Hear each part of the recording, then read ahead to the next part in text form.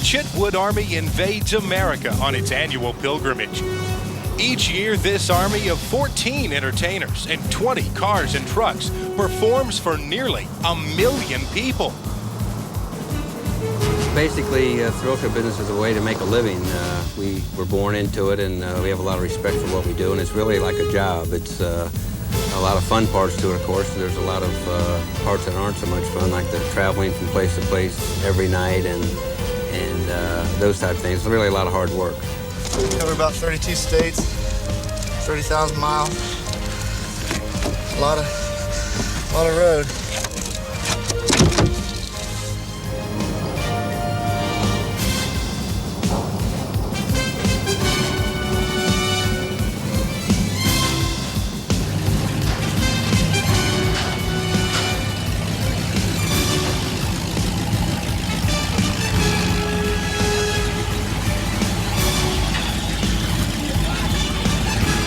First thing we have to do when we arrive at a location is unload all the Chevrolet equipment and check it over. Check everything for safety and start preparing for the show.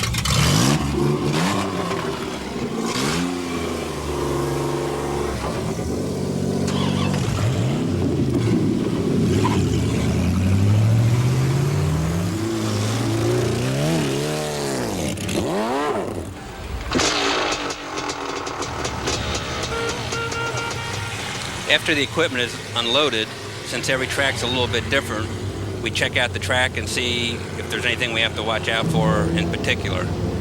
Every year we get new Chevrolets because that's what the people like to see, new cars in action. Of course, we still bring some of the old standbys, and the clown has his own car too.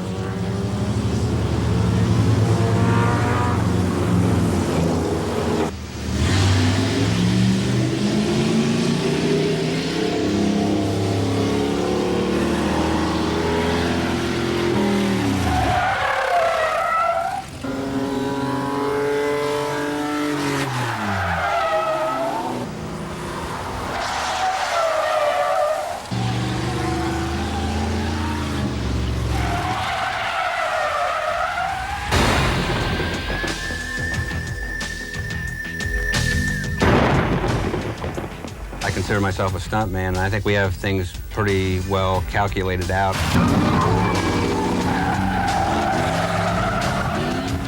Every stunt has its own things you have to watch out for.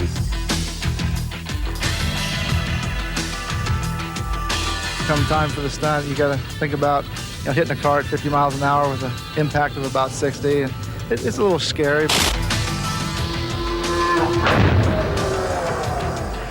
Well, anything can happen. I've seen a lot happen. It's usually the freaky stuff that gets you.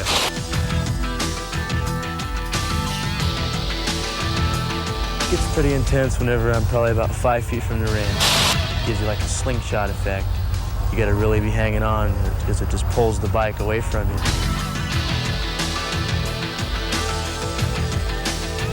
I wouldn't say it's easy, but it takes a lot of concentration. No stunt is really easy.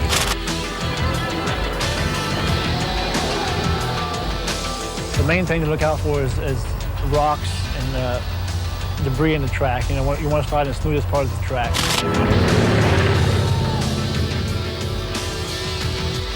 You only have about, say, 2 inches on each side of clearance from the 4x4 beam.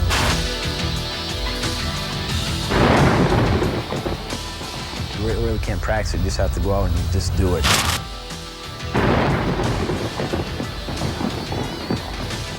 The jet truck's really not a stunt, it's more of a demonstration.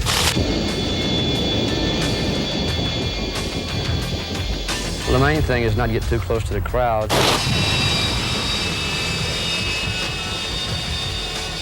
I think the two-wheel driving is the most difficult. It's probably the safest because of the low speed.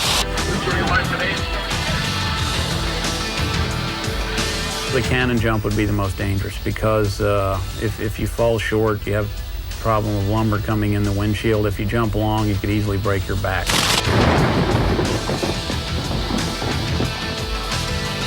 Well, I've broken my back twice and fractured my neck once.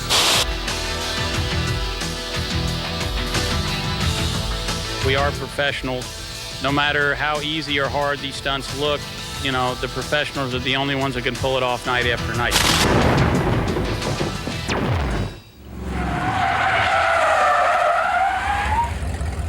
Welcome, welcome, welcome.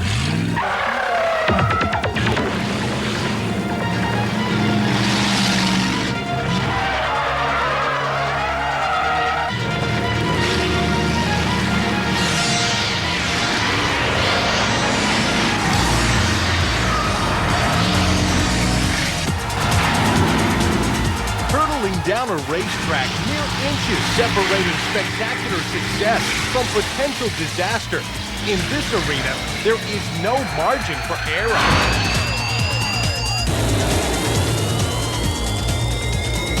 I think people just have a love for the automobile, and particularly that we're driving stock cars. I think they can relate to how hard that might be doing that particular thing.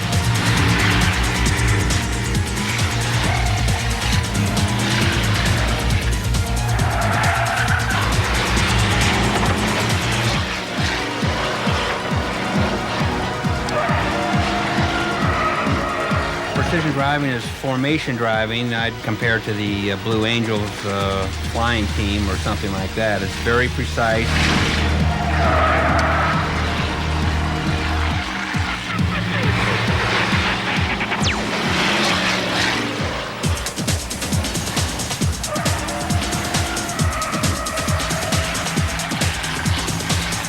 It was Joey Chitwood's idea.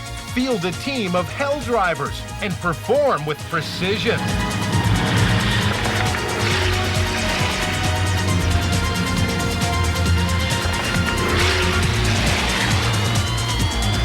Well, of course, the cars in the old days were a lot heavier than they are now, and no power steering, no power brakes, no ABS brakes, and of course, back then they even had to put straps around the doors to keep the doors shut when we went over the range.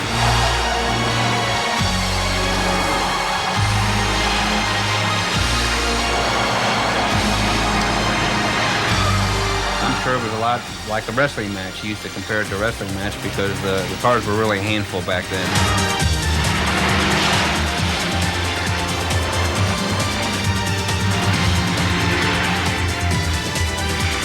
It's the kind of driving that has made Joey Chitwood's Chevy Thunder Show the best in the world.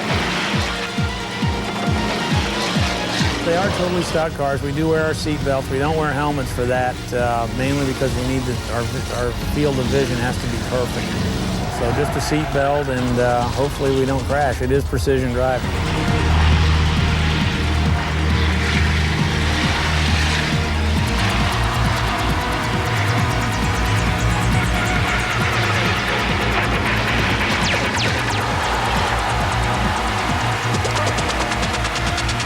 During the 2-car and 4-car precision driving, which I was involved in both, obviously experience counts. Track conditions, track size, the width of the track, the way the ramps are set are different every day, so experience is the key.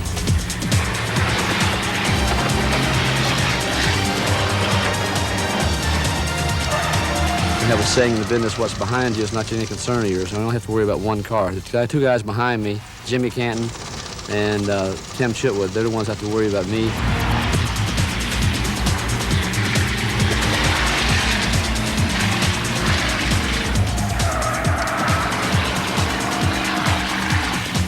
Also, you got to rely on the other drivers you're driving with, whether it be another guy in the 2-car or the other 3 men in the 4-car formation. They all have to know each other's moves like clockwork, and timing and practice is of the essence. That's what it's all about.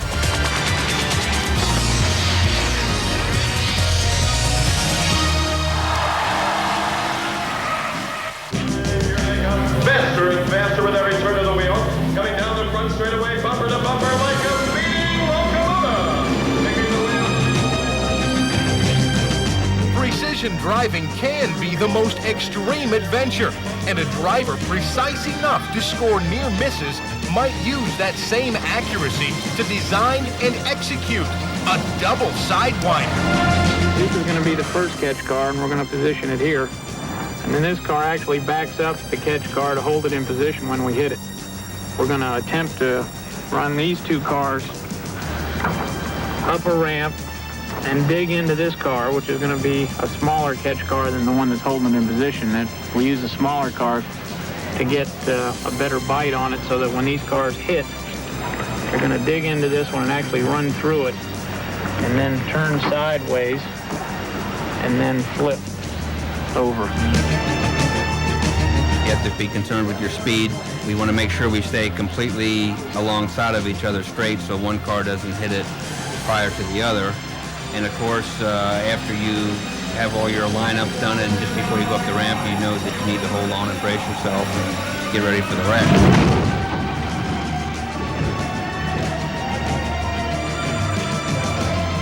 Wear the best helmets, gloves. We wire the doors shut for when you know we're going to get upside down with the old cars, and wire the seats in place so they don't move.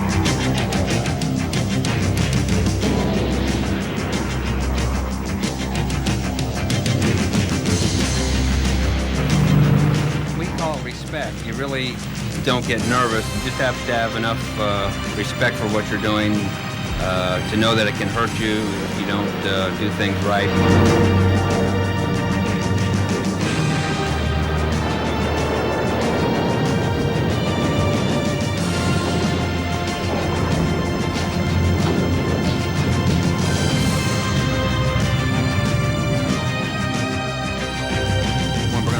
We take the windshield out to keep from getting hit by the glass and whatever. Of course, it does leave dirt in when you take the windshield out, so you get dirty.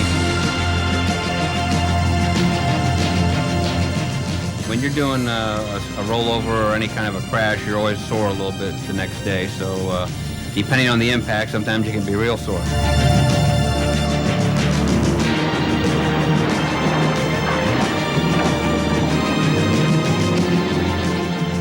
Get into a car that where I thought I was going to get hurt. You got to know what you're doing and know your limit.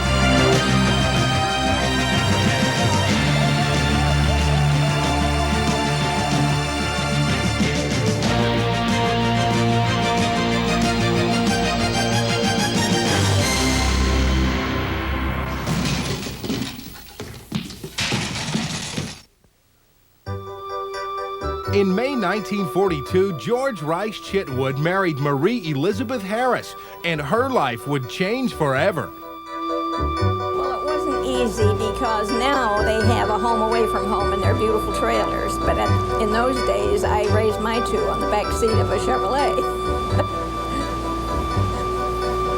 Well, Joey started, somebody bought him a miniature motorcycle.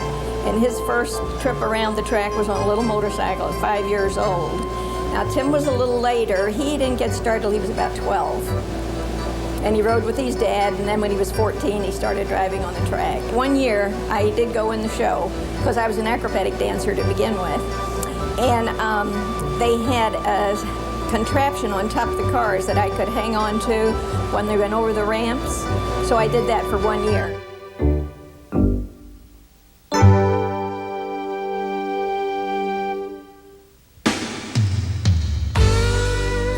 He was born April 12, 1912, the night the Titanic sank, and did his first thrill show on the 4th of July, 1944. 1946, I was driving a car. The front stretch was still brick at Indianapolis, and I couldn't keep my foot on the throttle right, so I went out and got the belt out of my dirt track car, put it in my Indianapolis car, and of course Wilbur Shaw and Rex Mays, who's in charge of the race drivers, tried to get me to take it out. And I Why? Said, well, they said, well, if they'd had a belt in their car, they wouldn't be there today because they both got thrown out and they were still living, so they figured you had to get thrown out of a car. So I talked them into letting me drive with it, and they said, well, we'll let you drive. If you see you're going to hit the wall, if you'll release that belt. And I said, well, I'll do that. Did you ever get into a car that where I thought I was going to get hurt? You got to know what you're doing and know your limit. Well, it wasn't easy because now they have a home away from home and they're beautiful trailers. But in those days, I raised my two on the back seat of a Chevrolet. George Chitwood officially became Joey Chitwood after a sports writer thought the St. Joe on a race car was the driver's name. And thanks to a misprint in the morning paper, Joey Chitwood became a legend. Well, I remember him being very tough, but also very fair and honest. If he told you he was going to do something, you could really count on it. And of course, he really taught me a lot. And over the years, I got yelled at a few times down in the turns when I did something wrong. But all in all, it was a great experience.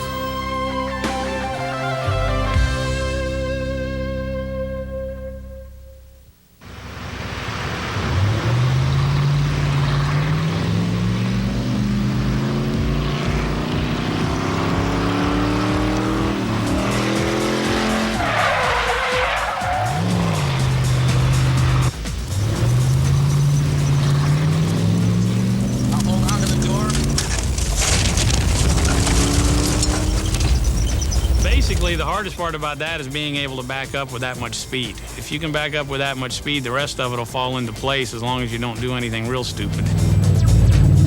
The reverse spin has always been a part of the thrill show. Of course, with the old cars, they used